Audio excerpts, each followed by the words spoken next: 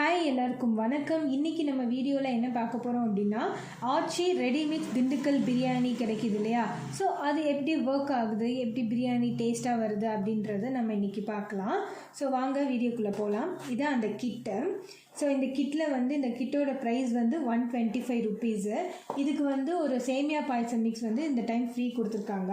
So இதில் 3 packet இருக்கும். ஒன்று நம்ம ஸ்பைசஸ் இருக்கும், ரெண்டாவது மசாலா கொடுத்துருக்காங்க, தேர்ட் ஜீரக சம்பா ரைஸ் கொடுத்துருக்காங்க.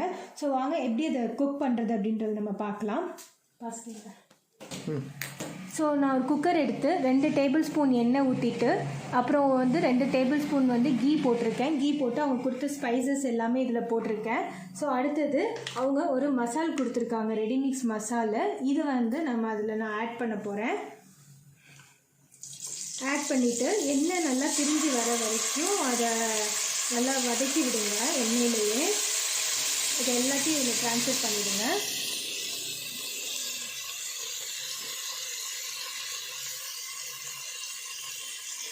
இப்போ காய்ச்சிங்க, இதெல்லாம் மீடியம் ஃப்ளேம்லேயே வச்சுக்கோங்க. வச்சுட்டு நம்ம இது நல்லா வதக்கி விடலாம் எண்ணெயிலேயே.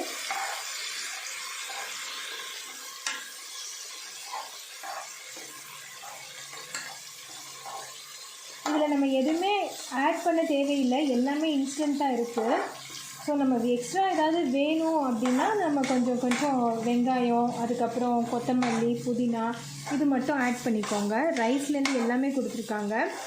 மெஷர்மெண்ட் மட்டும் நம்ம கரெக்டாக தண்ணி ஊற்றி நம்ம குக் பண்ணால் போதும்.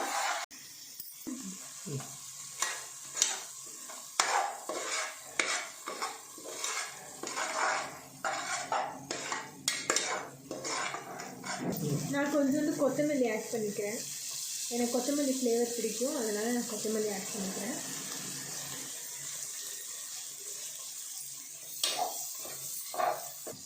எண்ணெய் இந்த மாதிரி நல்லா பிரிஞ்சு வந்ததுக்கப்புறம் 1/2 கிலோ சிக்கன் எடுத்து வச்சுருக்கேன்.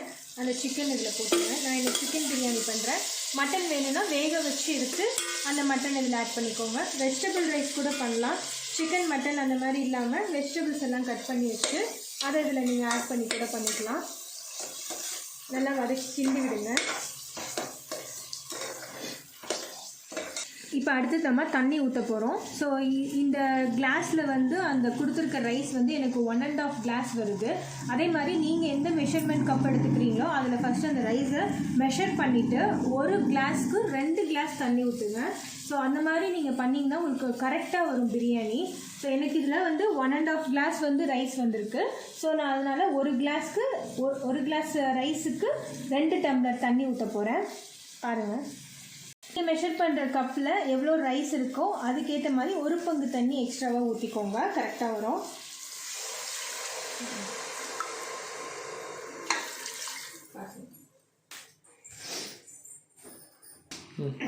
எனக்கு 1.5 கிளாஸ் அரிசி இருந்ததுனால நான் 3 கிளாஸ் தண்ணி ஊற்றிருக்கேன். இப்போ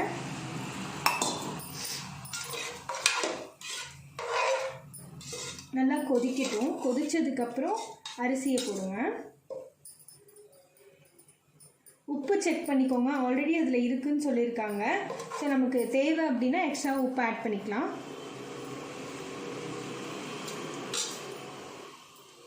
உப்பு எல்லாமே கரெக்டாக இருக்குது. உங்களுக்கு வேணும்னா கொஞ்சமாக ஆட் பண்ணிக்கோங்க. இது கொதி வரட்டும். நல்லா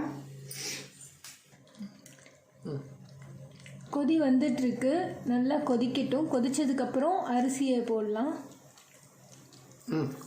நல்லா கொதி வந்துருச்சு. இப்போ அந்த ரைஸ் போட்டுருங்க. ஒரு சின்ன டிப் சொல்கிறேன். ஸோ இந்த இன்ஸ்டன்ட் பிரியாணி மிக்ஸில் எல்லாமே கொடுத்துருக்காங்க. நம்ம கொஞ்சம் நம்ம கொத்தமல்லி தலையும் கொஞ்சம் இஞ்சி பூண்டு பேஸ்ட்டும் நீங்கள் 1 ஸ்பூன் ஆட் பண்ணிங்கன்னா ரொம்ப பிரியாணி ரிச்சாக வரும். ஸ்மெல் ரொம்ப நல்லா வரும். ஸோ அரிசி போட்டாச்சு, நல்லா கொதிச்சிட்ருக்கு. இந்த ஸ்டேஜில் நம்ம குக்கரை மூடி வச்சுட்டு ஒரு 3 விசில் வந்ததுக்கப்புறம் பார்க்கலாம். 3 விசில் வந்துருச்சு. சிம்மில் வச்சு ஒரு 2 நிமிஷம் கழிச்சு ஆஃப் பண்ணிடலாம். இப்போ ஓப்பன் பண்ணி பார்க்கலாம். ரிலீஸ் ஆயிடுச்சு.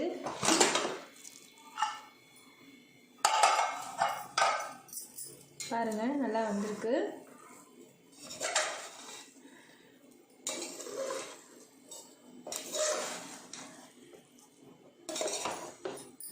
நல்லா கிண்டி விட்டுட்டு எடுத்து பாருங்கள். நல்லா உதிரி உதிரியாக வந்திருக்கு.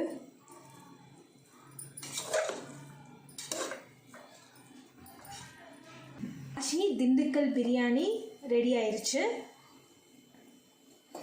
ஸோ நம்ம ரெடிமிக்ஸ் பிரியாணி இப்போ ரெடி ஆயிடுச்சு. ஸோ தேங்க்யூ ஃபார் வாட்சிங். நெக்ஸ்ட் வீடியோவில் மீட் பண்ணலாம். பாய்.